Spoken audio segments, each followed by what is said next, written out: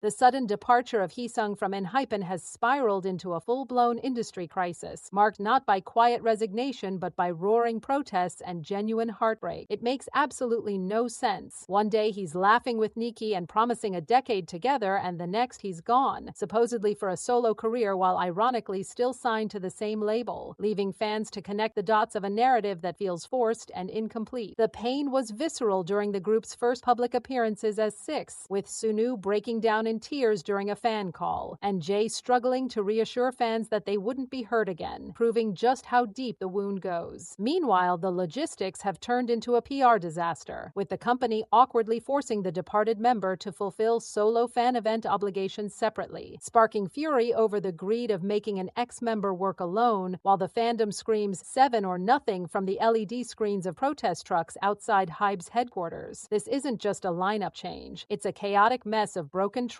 resurfaced videos hinting at prior burnout, and a fandom fighting tooth and nail to reclaim the group's integrity from a decision that feels less like a choice and more like a corporate severance. Let's talk about the timeline, because the devil is truly in the details. Just 24 hours before the bombshell announcement, everything seemed fine. We saw Heeseung, the member in question, happily interacting with Nikki, laughing, joking, doing what idols do. There was no tension, no hint of a storm brewing. Then bam, the statement hits: pursuing a solo career. It's the kind of excuse that feels rehearsed, the kind of PR speak that agencies use when the real reason is too messy or too controversial to admit. Fans immediately pointed out the contradictions. How do you go from talking about wanting to be with your members for the next 10 years and preparing for a tour to suddenly quitting? It's a narrative dissonance that you could drive a truck through, and fans did exactly that, literally sending trucks to demand answers. The general consensus online wasn't sadness, it was confusion and anger. People weren't crying just because he left, they were crying because the explanation was an insult to their intelligence. Then came the fan calls on March 11th, and this is where the controversy shifted from corporate confusion to genuine heartbreak. The group had scheduled video call events, and due to the situation, the company simply rearranged the departed members' calls and let the rest continue. It was a jarring image. 6 members sitting there trying to smile, trying to sell an album that suddenly felt incomplete. Netizens watched the clips closely, analyzing every micro-expression. The atmosphere was heavy. You could see it in their eyes, the swelling, the redness, the forced smiles that didn't reach their cheeks. It was painful to watch. These are professionals trained to hide their pain, but this was too big to hide. The most viral moment came from a call with Sunoo. A fan started crying on the other end of the line, and seeing that raw emotion, Sunoo couldn't hold it back either. He teared up, visibly shaken. It wasn't just a fan meeting, it was a shared trauma. Jay tried to be the anchor, telling fans there's never going to be a situation where I make you guys upset, so don't worry. He was trying to be strong, but the cracks were showing. When an idol has to reassure you that they won't hurt you, you know the damage has already been done. But the mess didn't stop at the emotional goodbyes. The logistical aftermath has been a PR nightmare for Belift Lab. Fans received emails about upcoming events in Japan, specifically the fan party on March 29th. The update stated that the member wouldn't be attending the main event, but, and this is the part that baffles everyone, his individual high-touch and photo sessions would be rescheduled for a different day, just for him. Let that sink in. He is technically no longer in the group, yet he is being forced to fulfill scheduled obligations. Alone? Fans were furious. One fan pointed out the absurdity. What is he going to sign? Officially, he can't sign anything related to the group anymore because he left. Are they going to make him sign blank paper? It highlights the chaotic nature of the departure. If he's gone, why is he doing group schedules separately? It feels like the company is trying to squeeze every last drop of revenue out of a situation they claim was a mutual decision. It screams of a contract obligation rather than a career choice. Why separate him from the 6 if he's still doing the work? It paints a picture of a company that wants him out of the spotlight with the group but still wants the profit from his individual fan meetings. It's greedy, it's cold, and fans are calling it out for exactly what it is. As if the current chaos wasn't enough, the internet loves to play detective, and they dug up a clip from 2 months ago that is now circulating with a haunting new context. It was a standard fan chant guide video, something idols do all the time. But looking back at it now, fans see exhaustion that goes beyond the typical idol fatigue. The comments section has turned into a sea of worry. He looked dead inside, one user wrote. We should have known something was wrong when he said he just wanted to sleep. At the time, people dismissed it as burnout from their intense walk the line tour preparations. But now, it feels like a cry for for help that everyone missed. It adds a layer of tragedy to the scandal. Was this decision months in the making? Was he pushed to the brink? Another resurfaced moment from the Walk the Line tour has fans speculating even further. During a Ment, he spoke about his emotions being all over the place and feeling like something was wrong. Back then, fans cheered him on. Now those words sound like a confession of a crumbling situation. The realization that he might have been suffering in silence while keeping up appearances is a tough hill for the fandom to swallow. It shifts the narrative from he betrayed the group to he was sacrificed by the system. And this brings us back to the protests outside HYBE. This isn't just online noise anymore. Fans organized over a dozen trucks to circle the building, broadcasting their demands for the company to reconsider. This is the nuclear option in K-pop fandoms. When trucks roll out, companies usually listen because it hurts their public image. Reports from the scene described HYBE employees stopping to look, taking photos, whispering among themselves. One fan on site claimed, "It's working. They are seeing this. The pressure is mounting. The industry is watching." The 7 or nothing hashtag isn't just a slogan. It's a demand for the group's integrity. The idea that he is still under the company but out of the group is the most confusing part for many. If he isn't leaving the agency, why leave the team? Usually, solo careers and group activities can coexist. Look at BTS. Look at countless others. Forcing a departure for a solo career when the group is at its peak popularity defies industry logic. It suggests internal conflict, creative differences that couldn't be resolved, or perhaps a power play that fans aren't privy to. The fact that he is staying with the label makes the solo career excuse look even thinner. If you're staying with the boss, why quit the job? The emotional toll on the remaining members, often called the remaining 6, is the hardest part to watch. They are caught in the crossfire. They have to promote, smile, and say, "We are okay," while their group dynamic has been abruptly severed. Fans are angry not just for the member who left, but for the 6 who are left to pick up the pieces and explain a situation they likely have no control over. The public sentiment has turned sharply against Belift and the broader HYBE management. It feels like a betrayal of the bond that K-pop sells. We buy into the brotherhood, the years of training, the promise that they will grow old together in the industry. When that illusion breaks this violently, it leaves a scar on the consumer. The petition to bring him back has garnered thousands of signatures, but in the cold boardrooms of K-pop, do signatures matter? Or has the line already been crossed?